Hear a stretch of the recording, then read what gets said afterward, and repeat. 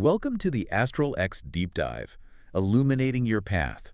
I'm Solarian Zephyr, your cosmic strategist. And I'm Lunaria Celine, your intuitive guide.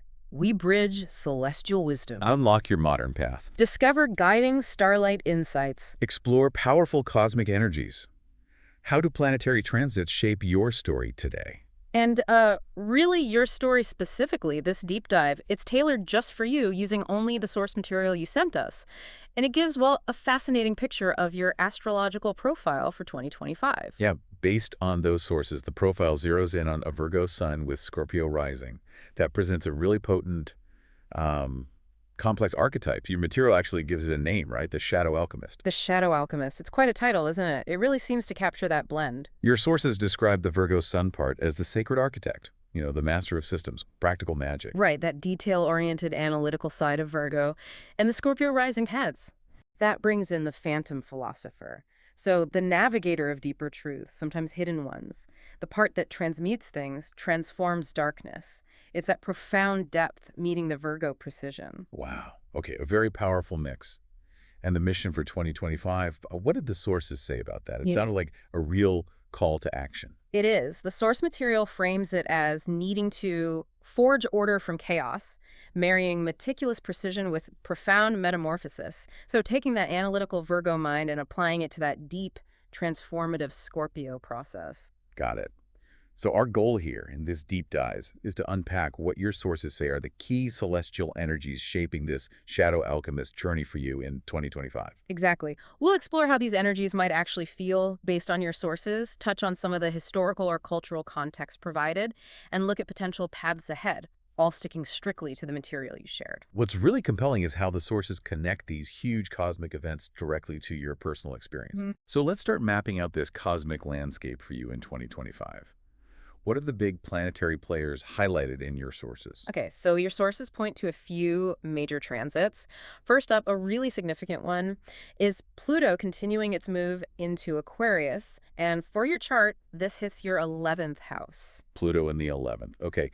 The source material uses some pretty intense language for this, doesn't it? Like collective singularity and triggering quantum entanglement with networks. Wow. It definitely uses vivid phrasing. Yeah. Your material says this transit drives ruthless transformation, specifically in your friendships, group alliances, even your broader grind for society. Ruthless transformation. Yeah. It suggests outdated tribes dissolve, which then makes space for your soul family to emerge. The main point here from your sources is that this isn't just some general trend out there. It's about your connections, your communities undergoing a really deep, profound change. So like a personal revolution within your social world almost. Okay, let's shift gears. Saturn in Pisces. Your sources place this one in your 3rd house. Feels equally important, but maybe hitting a different area. It does. The source material describes it as the karmic lattice colliding with Neptune's liquid consciousness, all happening in the realm of communication. That phrase, karmic lattice hitting liquid consciousness. Yeah. It really captures a kind of tension, doesn't it? Like structure versus flow, maybe. Precisely. It's like discipline meeting intuition, or maybe even confusion, specifically in how you use your voice, your thoughts, your words, that 3rd house domain. And the sources link a really powerful statement to this transit, something like, your words manifest reality. Choose them like sacred incantations. That puts a lot of weight on communication this year. It absolutely does. It emphasizes the power your communication holds. Like language itself becomes this tool for either building or dissolving that karmic structure the source mentions. So it's about bringing that Saturn discipline to the less tangible world of ideas and daily interactions. Exactly. Bringing form to intuition, you could say. Okay, next up. Your sources highlight Jupiter's shift in 2025. It moves from Gemini into Cancer.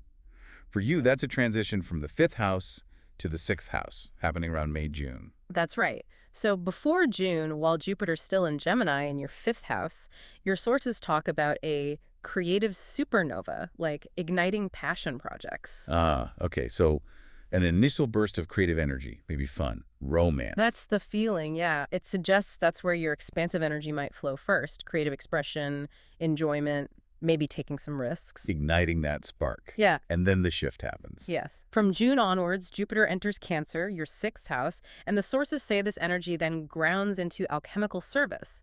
They use this amazing phrase, Daily work becomes ritualistic transformation. Wow, ritualistic transformation from daily work.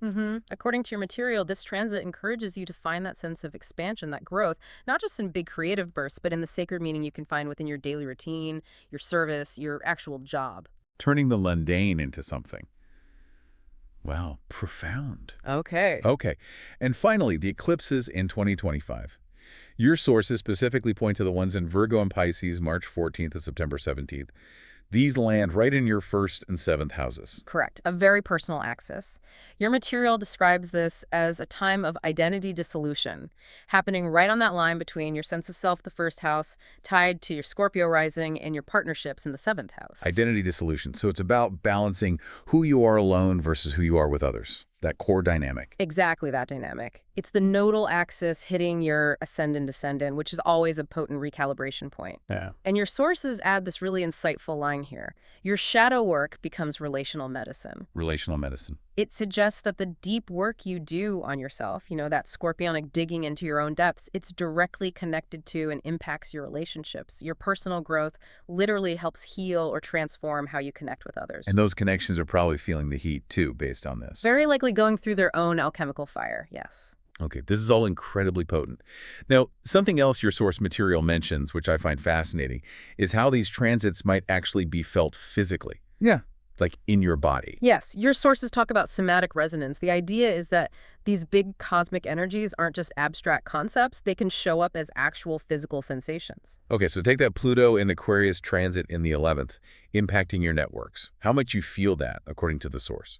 Your sources suggest you might feel things like electric vibrations in your temple veins and fingertips, especially during maybe moments of intense group insight or connection. Electric vibrations. Interesting. And did the source suggest ways to handle that? It did. A simple embodiment exercise mentioned is consciously clenching and unclenching your fists, just to channel that energy. Okay. And what about Saturn and Pisces in the 3rd, impacting communication? Any physical links there? For that one, your sources mention possibilities like throat constriction or even a metallic taste. This might happen, they suggest, particularly when you feel like you're holding back truths, when Saturn's structure feels like it's clamping down on that Piscean flow. Throat constriction. That makes sense if you're struggling to speak. What's the exercise for that?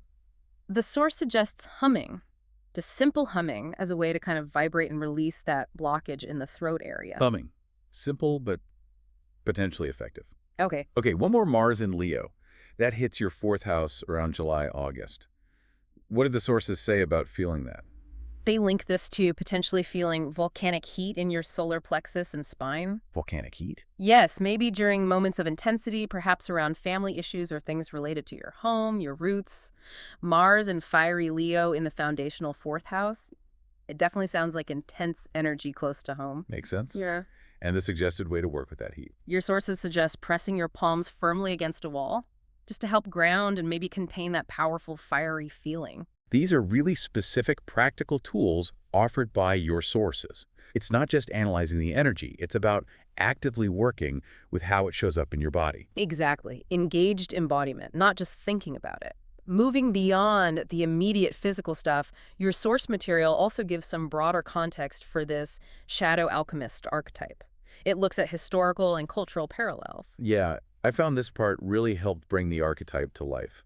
Your sources mentioned some interesting figures, Carl Jung and Nikola Tesla. That's right. Jung is brought up because of how his analytical Virgo mind dove into the deep Scorpio territory of the collective unconscious, the shadow. Right, the analysis meets the depth. And Tesla is mentioned for his Virgo-like precision and system building, but combined with this intense, almost scorpionic will to harness unseen forces like electricity. And the sources have that great summary line about your archetype based on them. Your mind dissects darkness, your will commands the unseen. That really captures the blend. It really does. That sharp analysis combined with potent transformative power. And your sources didn't just stop with history. They brought in some cultural touchstones, too, to make it feel more modern, more relatable. Yes. They said the essence is kind of like Russ Cole from True Detective, that existential intensity mixed with the tactical brilliance of Benny Watts from The Queen's Gambit. That's such a vivid pairing, isn't it? The deep dive into darkness combined with sharp, strategic thinking. And cinematically, the sources suggested the tension of the movie Zodiac, that forensic detail, fused with a kind of mythic, unsettling darkness of Pan's Labyrinth. Yeah, complex layers there. And musically. Musically, they pointed to Trent Reznor's Hurt. Very raw, transformative, scorpionic meeting Radiohead's Codex, Yeah. which has that more introspective, precise, almost Virgo feel. These examples really help paint a picture, I think, of how your particular energy, this Virgo Sun Scorpio Rising blend, might show up and resonate. There's an intensity, a drive to explore complexity, but also that need for system, for analysis, for depth. Okay, so we have this map of the energies, we have the feel of the archetype. How does your source material suggest you actively engage with this powerful journey in 2025? It talks about the crucible of metamorphosis. Yes, your sources really emphasize leaning into active reflection and practice during certain key periods of the year. They actually break it down into 3 main phases for what they call this interactive journey. Okay, what are those phases? First is network revolution, which they taste from January to May.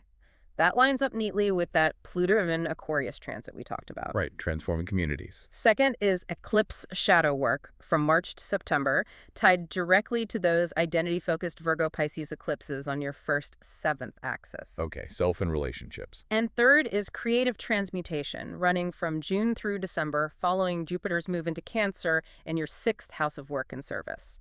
Got it. And the sources offer prompts for reflection during these times. Yes, very helpfully. For that first phase, network revolution, they suggest questions like, what toxic alliance drains my power? Or what revolutionary truth must I speak to my tribe? Powerful questions, designed to get you thinking about your connections and authenticity within groups based on the source. Exactly. Then for the eclipse shadow work phase, focusing on self and partnership, the source offers prompts like, where did this eclipse expose self-deception? Or what mask must I shatter to meet authentic partners? So pushing you, according to the material, to look at inner blind spots affecting your relationships. That seems to be the intent. And for the final phase, creative transmutation, linked to Jupiter in the 6th house, your sources suggest questions like, how can my daily work become sacred alchemy? Or where must discipline birth ecstasy? Asking you to reframe your daily grind, essentially. Find the magic in it. That's the idea presented in your sources, yes. To see everyday tasks not just as chores, but as chances for transformation, and maybe even joy. Integrating that Virgo detail with scorpionic purpose. Your sources also mention that they provide specific ritual blueprints and embodiment exercises for these periods as potential tools you could use to actively work with the energy. Okay, so building on this idea of active engagement and choice, your source material then explores potential outcomes for the year. Under the heading, 3 Forges of Destiny. Right, and this is where your choices throughout 2025 really matter. Your sources are clear. These are possibilities, not set-in-stone fates. Your actions shape which path unfolds. So what are these 3 potential paths laid out in your material? Okay, the first one is called the systemic shaman. Your sources describe this as a really positive outcome. It emerges from fully embracing those Pluto in the 11th and Jupiter in the 6th energies. The community transformation and sacred work energies. Exactly. It suggests you could revolutionize communities using trauma-informed systems, turning your service into a kind of global influence, maybe even founding innovative networks or institutes. The source describes the potential outcome as achieving Nobel-level social innovation, leaving a legacy as a compassionate deconstructor. Wow, that's significant impact. What's the key choice leading there? According to your sources, the key choice is learning to lead collectives without sacrificing solitude, finding that balance. A powerful path. What's the second potential outcome? This one is called the truth archaeologist. Your sources link this path to mastering the energies of those eclipse cycles and also the Mars transit in your 4th house. It's about deep dives into ancestral patterns, family history. Okay, dealing with roots and secrets. Yes, transforming family narratives into, well, manifestos of liberation. The potential outcome described is exposing hidden family or dynastic secrets, maybe through creative work or even legal means, turning challenging bloodlines into places of sanctuary. And the key choice for that path? The source says it's about protecting tenderness while excavating darkness. Another balancing act. Unearthing truths for healing. Okay. And the third path. Your sources presented this one as more of a cautionary possibility, right? That's right. It's called the paralysis analyst. And your sources explicitly connect this potential path to resisting the big energies of Saturn in the 3rd and Pluto in the 11th. So resisting the call for authentic communication and transforming your networks. Yes. Your sources suggest that resistance could manifest physically, like unspoken truths leading to chronic illness. Or with Pluto, it could trigger getting caught in unhealthy, maybe even cult-like group dynamics. It sounds difficult. What's the described outcome? The source describes creative atrophy, psychosomatic issues, and deep isolation. It really stresses that the key choice potentially leading down this path is mistaking control for safety. Holding on too tight instead of transforming. Exactly. It's a path your sources definitely highlight as one to be mindful of, to consciously steer away from. It seems really clear, based on your source material, that your conscious choices throughout 2025 are absolutely crucial. It's not just happening to you. You're actively forging your path. Absolutely. And to really capture the essence, the core intention of this whole year for you, your sources provide a specific mantra just for the Shadow Alchemist in 2025. Let's hear it. It feels like it distills everything we've talked about. It really does. The mantra for 2025 from your sources is, I dissect shadows to extract light. My mind a scalpel, my will a crucible. In the marrow of chaos, I forge order.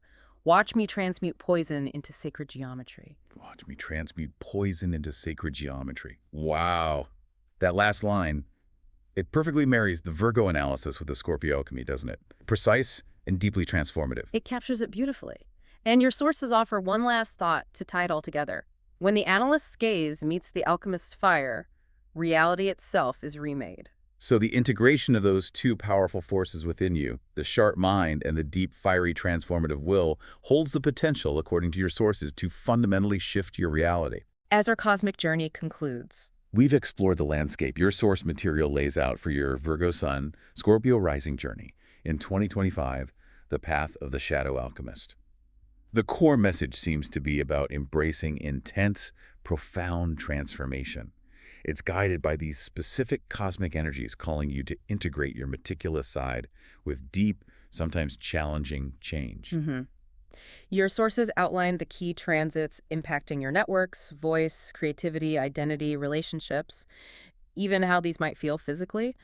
They offered context, suggested active engagement periods, and presented potential outcomes based on your choices. We really encourage you to sit with the reflection questions your source material raised during this deep dive.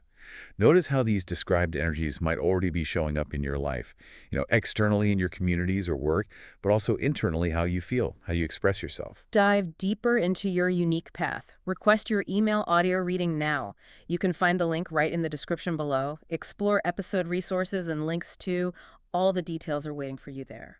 Ignite. Think. Become. So, given that your sources emphasize your words create reality and your choices forge your destiny, the final thought is really, how will you consciously choose to apply your unique blend of analytical mind and alchemical will to transmute the challenges and the opportunities of 2025 into your most powerful creations? Subscribe for Starlight Insights. Thank you for joining us.